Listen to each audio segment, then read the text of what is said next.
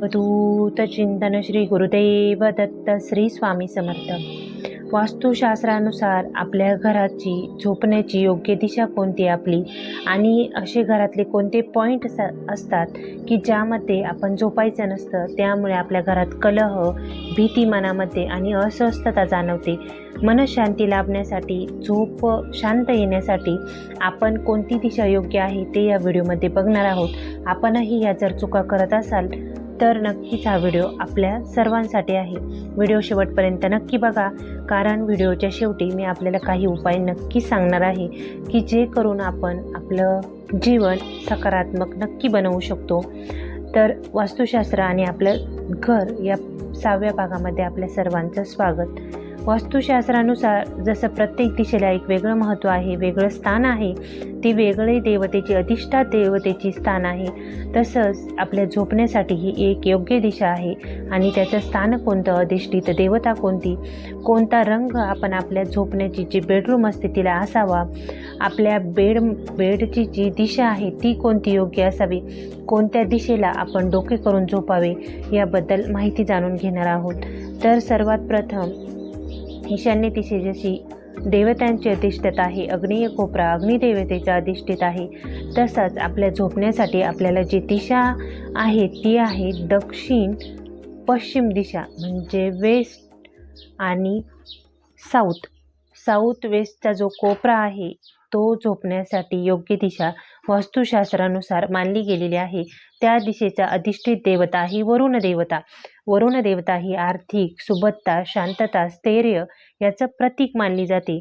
त्यामुळे या दिशेला जर आपल्या झोपण्याचा बेड असेल तर नक्कीच मनशांती त्या कुटुंबाला लाभते। बेडची जी रचना आहे ती आपल्याला कशी करायची असते, तर बेडची रचना आपल्याला करायची असते दक्षिण उत्तर, म्हणजे झोपणाऱ्याचे डोके हे दक्षिण दिशेला आले पाहिजे आणि पाय हे उत्तर दिशेला आले पाहिजे। पाय दक्षिण दिशेला कधीही करून झोपायचं नाही, जोडप्यानी नाही, आणि लहान मुलं, वयोवृद्ध कुणीही दक्षिण दिशेला पाय करून झोपायचं नसतं, कारण दक्षिण दिशा ही यमाची, पितरांची आणि क्षय दिशा आहे। या दिशेला पाय करून जर आपण झोपलात तर आपल्याला अस्वस्थता जाणवते, शांत झोप येत नाही, स्वास्थ्य बिघडतं, अनारोग्य होतं आणि त्या व्यक्तीची आयु ही कमी होते। त्यामुळे मृत व्यक्ती ज्या वेळेला एखाद्या व्यक्तीचा मृत्यू होतो तेव्हा त्याचे पाय दक्षिण उत्तर ठेवले जातात, म्हणजे त्याचे पाय दक्षिणेकडे केले जातं आणि डोकं उत्तरेकडे केले जातं। पण जे जिवंत व्यक्ती आहेत त्यांचे मात्र पाय कधीही दक्षिणेला करून झोपले जात नाही, त्यामुळे अनेक अडचणी उद्भवतात। तर जेव्हा आपण झोपतो तेव्हा आपले डोके दक्षिणेला आणि पाय उत्तरेला नेहमी असावे, अशी आपल्याला बेडची रचना करायची असते। तर बेडरूमला आपण कलर कोणता उत्तम मानला जातो, तर सर्वात उत्तम कलर मानला जातो गुलाबी आणि फिक्कट लाल कलर हा मानला जातो। अति गर्द लालही नाही की ज्यामुळे नकारात्मकता जाणवते। काळा रंग हा नकारात्मकता खिचून घेतो। निळा रंग हा राहूचा आहे आणि निळा रंग जर आपण आपल्या बेडरूमला दिला तर त्या पतींमध्ये नेहमी कलह होतो आणि आपलं वैवाहिक जीवन हे सुखी राहत नाही। त्यामुळे निळा कलर हा आपण कधीही द्यायचा नाही। गुलाबी, फिक्कट लाल हा कलर आपण बेडरूमसाठी वापरू शकतो। पिवळा रंग हा देवघरासाठी असतो, हिरवा रंग ही आपल्या देवघरासाठी असतो, किचनसाठी आपला लाल रंग असतो, तसाच आपल्या बेडरूमसाठी गुलाबी रंग हा सर्वोत्तम मानला जातो। आता ज्या वेळेला आपण आपल्या घराची रचना करतो त्यावेळेला नैऋत्य कोपरा, दक्षिण आणि पश्चिम जो कोपरा आहे तो आपल्या घरातील मुख्य जी व्यक्ती आहे त्या मुख्य व्यक्तीच्या बेडरूमसाठी मानला जातो की ती दिशा एकदम योग्य आहेत। आता या दिशेला झोपल्यानंतर आपण आपल्या घरामध्ये कोणत्या वस्तू ह्या आपण आपल्या बेडरूममध्ये ठेवू शकतो की ज्याने आपल्या वैवाहिक जीवनामध्ये आनंद मिळावा, आणि अशा कोणत्या दिशा आहेत की त्या वास्तुशास्त्रानुसार झोपण्यासाठी एकदम अयोग्य मानल्या गेलेल्या आहेत, तर त्या आहेत आपल्या घराचं ब्रह्मस्थळ, ईशान्य आणि आग्नेय कोपरा। जर ब्रह्मस्थळामध्ये चुकूनही आपल्या घरातील मुख्य व्यक्तीचं जर बेडरूम असेल, तिथे ती व्यक्ती जर झोपत असेल तर त्या व्यक्तीच्या जीवनात अतिशय अडीअडचणी येतात। सर्वात तर प्रथम तिथे झोपच लागत नाही, अशांतता जाणवते आणि त्या ब्रह्मस्थळामध्ये झोपल्यानंतर त्या वैवाहिक कुटुंबामध्ये तफावत निर्माण होते, अगदी मतभेद निर्माण होऊन ते नातं तुटण्याचीही वेळ येते ब्रह्मस्थळामध्ये झोपल्यानंतर. ब्रह्मस्थळ हे झोपण्यासाठी एकदमच चुकीचं मानलं गेलेलं आहे. कारण ब्रह्मस्थान हे असतं आपल्या देवतेचं, आपल्या घराचं नाभिस्थान. घराची जी सकारात्मक ऊर्जा निर्माण होते ती सर्व ब्रह्मस्थळापासून निर्माण होत असते आपल्या घरामध्ये पसरण्यासाठी. त्यामुळे नेहमी या गोष्टीची काळजी घ्यायची की ब्रह्मस्थानामध्ये आपलं झोपण्याचं स्थान नसावं. त्यानंतर ईशान्य कोपरा हा देवतेचा अधिष्ठित कोपरा आहे. त्या कोपऱ्याला आपण फक्त देवघर बनवू शकतो किंवा देवतेसंबंधी कोणतीही गोष्ट आपण तिथे ठेवू शकतो. आग्नेय कोपरा हा अग्निदेवतेचा आहे आणि आपल्या किचनचा कोपरा आहे, स्वयंपाकघराचा तो कोपरा मानला जातो. आग्नेय कोपऱ्यामध्ये आपण होम हवन आणि आपलं किचन सोडून कोणतीही गोष्ट त्या दिशेला करू शकत नाही. जर त्या दिशेला चुकूनही एखाद्याचं बेडरूम आलं तर त्या व्यक्तींना संतान प्राप्ती होत नाही आणि मनशांतीही त्या घरामध्ये लाभत नाही.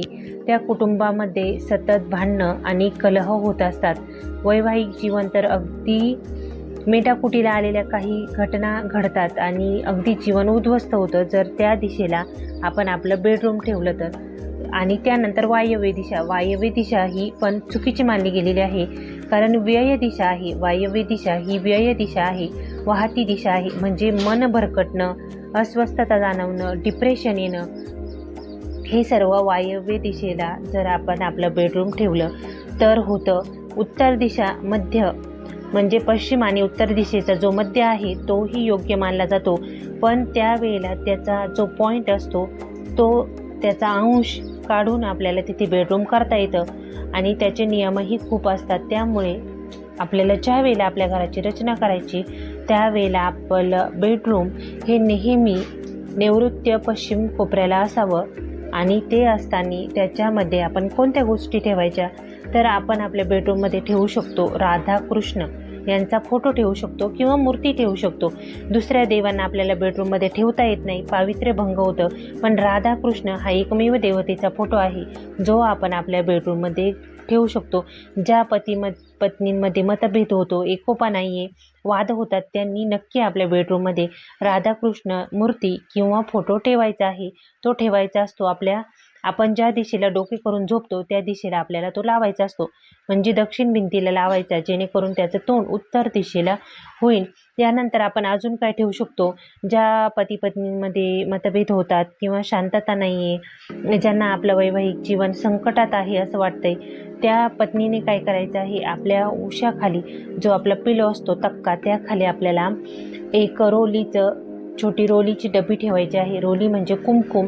आपल्याला एखाद्या डबीमध्ये किंवा एखाद्या पेपरमध्ये ते तुम्हाला कुमकुम ठेवायचं आहे आणि ते आपल्या उशाखाली ठेवून रात्रभर झोपायचं आहे. झोपताना हा विचार करायचा आहे की आमच्या पती पत्नींमधील जो काही वाद आहे तो संपलेला आहे आणि अगदी आनंदी जीवन आम्ही जगत आहोत.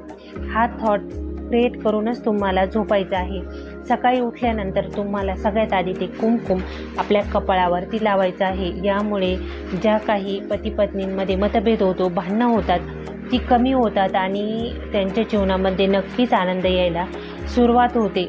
त्यानंतर अजून आपण बेडरूममध्ये आपल्याला काय ठेवू शकतो तर आपण एक पाण्याचा ग्लास नक्की आपल्या बेडरूममध्ये भरून ठेवायचा आहे आणि त्याला ग्रॅटिट्यूड म्हणजे त्याला असे फील करायचं आहे ते पाणी ठेवून तुम्हाला की माझ्या वैवाहिक जीवनातल्या सर्व अडीअडचणी कमी होत आहेत आणि माझं जीवन खूप सुंदर बनत आहे.